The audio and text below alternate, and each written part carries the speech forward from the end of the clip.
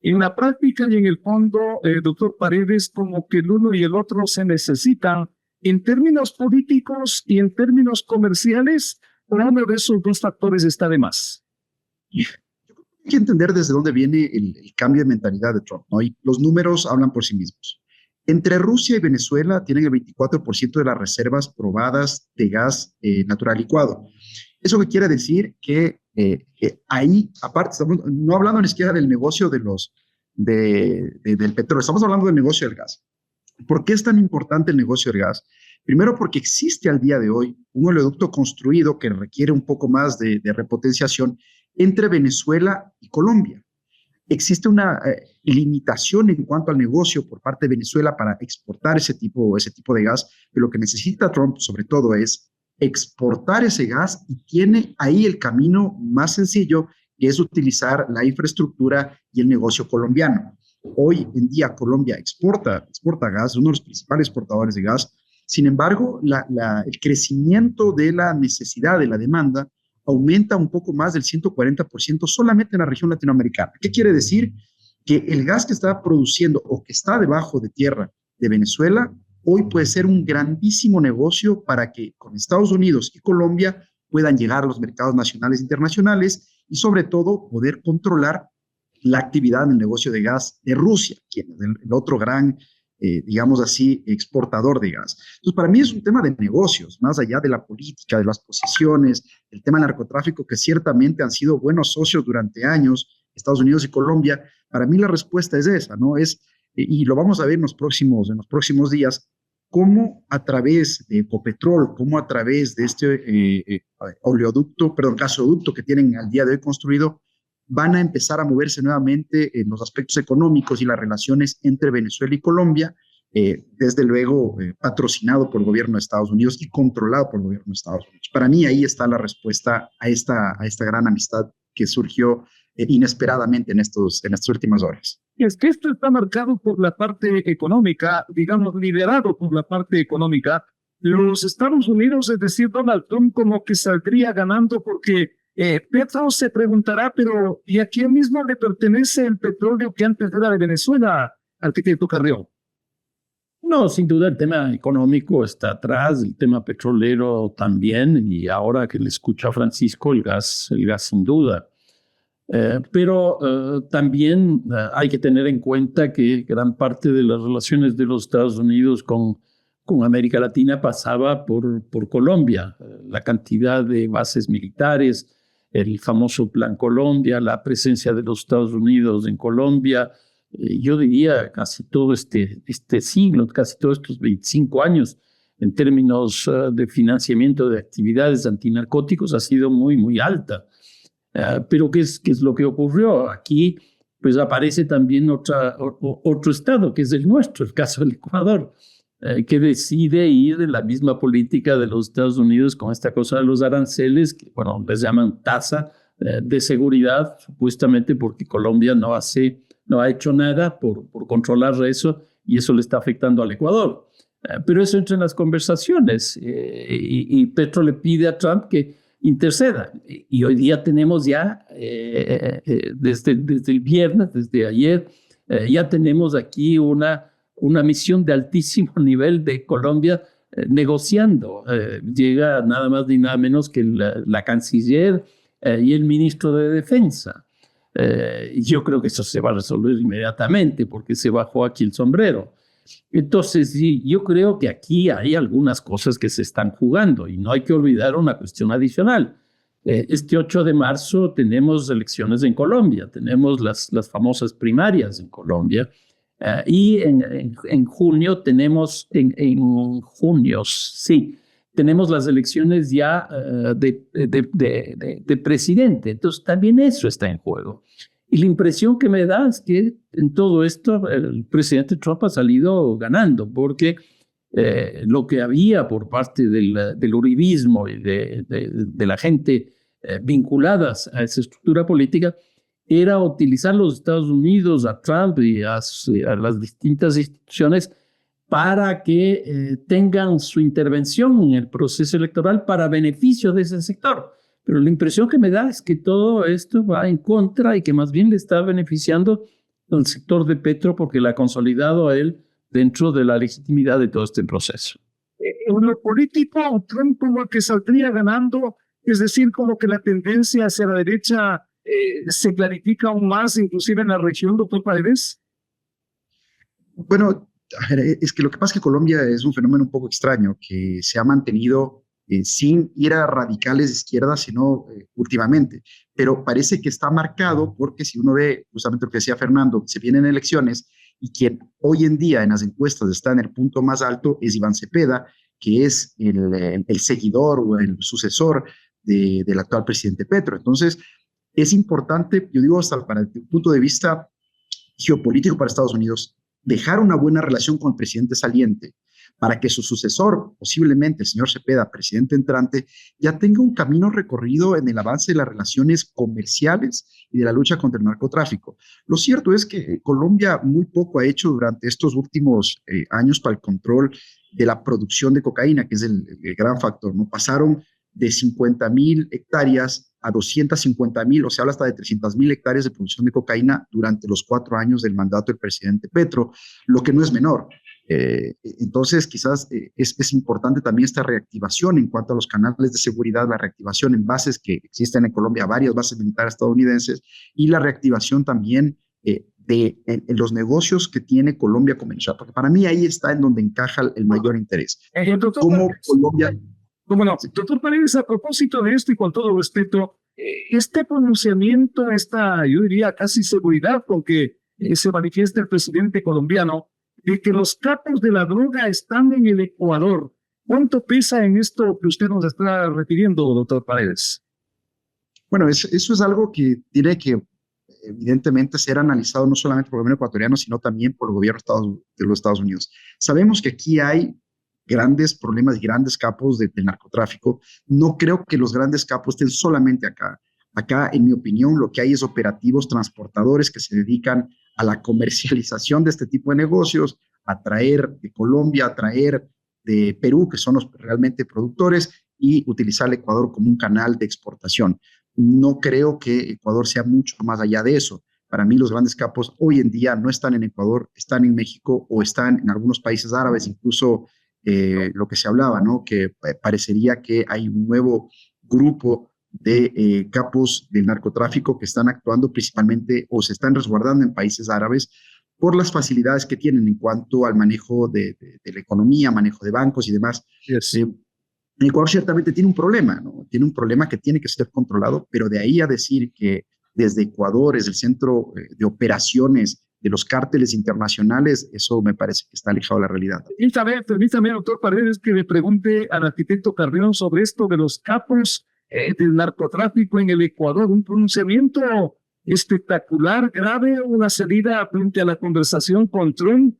Qué cosa tan delicada, doctor arquitecto Carrión.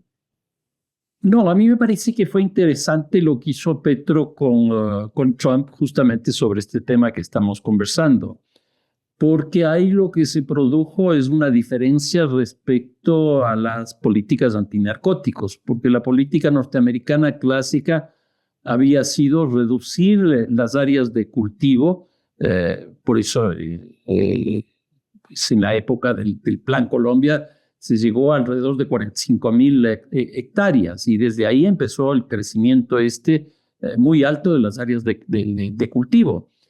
Pero no solo eso, sino de la producción de cocaína, porque, por ejemplo, lo que hemos tenido es un incremento, sí, importante de las áreas de cultivo, alrededor de un 10%, pero lo que se ha crecido mucho más con ese insumo es la producción de cocaína, que se ha incrementado un 53%. Entonces, esa ha sido la política norteamericana clásica.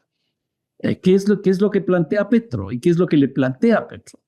Que hay que trabajar de una forma distinta. Ya no es el tema del cultivo, porque ahí está básicamente producido por campesinos, gente pobre, etcétera, etcétera, y que el problema está principalmente en los países de consumo, porque ahí es donde se acumula la mayor cantidad de recursos. Y ahí el presidente Petro le entrega un listado de los cabecillas de estas organizaciones que básicamente se remite a 3 o 4. El caso bueno, este rato no me acuerdo, pero son tres tres o cuatro, que le plantea dónde están, bueno, la nueva Marquetalia, está el Ejército de Liberación Nacional, etcétera, y que habría que enfocarse en términos de inteligencia en los caudillos, en los cabecillas y en estas estructuras criminales. Y ahí viene la cosa en términos de que Petro sostiene que este no es un tema de un país, sino que es un tema internacional. Y ahí va en lo que sostenía Francisco. Hoy día, estos grandes estructuras criminales tienen asientos en territorios totalmente distintos a donde se produce. Por ejemplo, el caso ecuatoriano. Nosotros hemos tomado personas presas en Dubái, en Madrid, en México. ¿Por qué? Porque ya no son solo personas que operan como embajadores, sino que las estructuras criminales están allá. Y entonces el presidente Trump me parece que tomó nota y que van a pensar este giro que se podría producir en la política antinarcóticos, que sería un cambio pero brutal, porque ahora sería ya una política internacional y sería una política focalizada en las estructuras criminales y no en lo que sería la oferta, es decir, el cultivo y la producción de cocaína, sino más bien en esta nueva lógica que me parece que es distinta. Consecuentemente, esto nos ubica a manera de conclusión en esto que también se ha mencionado como consecuencia de esta conversación, de ese encuentro, la posibilidad de un nuevo gran acuerdo que podría tener qué características, doctor Paredes, tenga la bondad. El acuerdo, como bien señala Fernando, tiene que pasar por varias instancias, ¿no? No solamente es el control de la producción, sino también la persecución de los principales cabecillas. Pero yo creo que quizás el enfoque por ahí es un poco incorrecto en cuanto a solamente atacar a las cabezas, porque ya hemos visto desde los años 80, cuando el negocio de narcotráfico en Colombia alcanzó su máximo nivel. Uno ataca al cabecilla y después ese mismo negocio es distribuido entre nuevos capos. Lo mismo sucedió en Ecuador. Cuando muere Rasquiña, asociado con estos grupos criminales, esto se divide en una serie de subdivisiones que cada vez empiezan a operar de manera independiente. Entonces, solamente en lo que propone Petro, es decir, solamente concentrarse en atacar a las cabezas, para mí no es la solución. Evidentemente es parte de la solución, pero no es la única solución, porque una vez que se ataca a esta cabecilla, hay otros, y hay grupos, y hay subgrupos, y hay células y subcélulas que van a poder seguir activando dentro del negocio. Yo creo que ¿Cómo debería ser consecuentemente un posible acuerdo frente a este tema, por dar un nombre, la inseguridad, el narcotráfico? Para mí pasa primero por la transferencia de información de inteligencia entre todos los países. ¿Ya? Porque si yo no sé lo que está pasando en el otro país a este nivel, pues definitivamente va a tener inconvenientes. Segundo, parte de esta información tiene que ser financiera, porque sabemos que en Ecuador hay lavado de activos, sabemos que en Colombia hay lavado de activos, y sabemos que en los propios Estados Unidos hay lavado de activos. Y es precisamente porque entre estos tres países no existe la suficiente comunicación financiera. Y ahí es donde viene el siguiente nivel, identificar financieramente en dónde están los capitales, cómo se mueven y quién está detrás de estos capitales. Es lo que a veces yo siempre digo, ¿no? Hay que procurar cerrarles la llave económica. Cerrada la llave económica ya empieza a ser un negocio menos interesante y de mayor riesgo. Y tercero, evidentemente, atacar a los consumidores, buscar que este consumo sea reducido o casi que legalizar ciertas de las prácticas para que el día de hoy no se dé, por ejemplo, lo que ocurre en los propios Estados Unidos con el tema de la marihuana, que ciertas de estas prácticas son permitidas en varios de los estados, y saber qué es posible hacerlo y qué no es posible hacerlo. Y finalmente, yo sí creo que una coordinación de los entes de inteligencia, de policía y financieros son absolutamente necesarios, y eso al día de hoy no hay. Existen un poco de acuerdos ahí que realmente no son prioritarios, no dan los resultados que uno busca, porque son acuerdos aislados. Debe ser un gran marco de operación, como en su momento ocurrió con el Plan Colombia. Debería haber un plan integrado entre Colombia, Venezuela, Ecuador y los Estados Unidos para poder atacar de plano a este tipo de delincuencia organizada. Plan integrado, como lo define el doctor Paredes. ¿Cree usted que es factible a nivel internacional esto como conclusión, arquitecto Carrión? Yo creo que es imprescindible. A mí me parece que tenemos que pasar de la cooperación a la integración. Y me parece que la integración es uno de los elementos claves. Y aquí el Ecuador empieza a tener problemas, porque, por ejemplo, gran parte de las estructuras criminales que nosotros tenemos están absolutamente vinculados, por ejemplo, con los carteles mexicanos. Qué sé yo, Jalisco Nueva Generación, el cartel de Sinaloa, etcétera. Pero ¿qué es lo que ocurre? Ecuador no tiene relaciones diplomáticas con México. Y entonces eso ¿a qué ha conducido? A que se fortalezcan las relaciones entre estas estructuras criminales. Lo que ha pasado con Colombia, las relaciones con Colombia no han sido buenas. Esperemos que ahora se arreglen. ¿Qué es lo que ocurre con Brasil? Es prácticamente inexistente. ¿Y por qué pongo Brasil? Porque Brasil y México son dos países estratégicos en todo este proceso, porque el caso de México es la entrada a los Estados Unidos y el caso de Brasil es la entrada a Europa y al África. Y entonces, si nosotros no tenemos una política general de integración, donde haya, por ejemplo, algo que se señalaba, intercambio de información, inteligencia, articulación de las policías. Uno de los grandes problemas es que cada país tiene sus tipos penales y entonces aquí hay que entrar en la lógica de la armonización legal. Yo creo que el gran ejemplo de esto puede ser Europa. Y el segundo es el tema económico. Es decir, yo estoy haciendo ahora trabajos con la CEPAL, con ONUDC, etcétera, porque estoy llegando a la conclusión de que la economía en América Latina está compuesta por tres partes. Una primera que es la formal, una segunda que es la informal y una tercera que es la economía criminal. Más o menos el 28% de la economía de América Latina es economía criminal. Es una cosa, pero francamente, inaudita. Si nosotros no afectamos eso, pues esto va a seguir creciendo. Y en la parte política ya habrá tiempo de volver a invitarles, pero dos palabras finales. En la parte política, ¿todo esto pone las direccionales hacia la derecha, doctor Paredes? Latinoamérica ha venido experimentando una transformación hacia la derecha desde hace quizás unos 4 o 5 años. Lo vemos en Bolivia, lo vemos en Argentina, lo vemos en Chile, lo vemos en Ecuador. Son derechas, digamos, más o menos marcadas sin que sean unas derechas radicales necesariamente. Entonces, sí hay una tendencia hacia un voto hacia ese lado. Eso no quiere decir que eso vaya a ser permanente ni que se vaya a mantener en el tiempo, porque tenemos países fuertemente marcados por la otra ideología, la misma Colombia, el mismo Brasil y México, que son países grandes, son países económicamente importantes dentro de la región, que no se han despegado todavía de estas corrientes.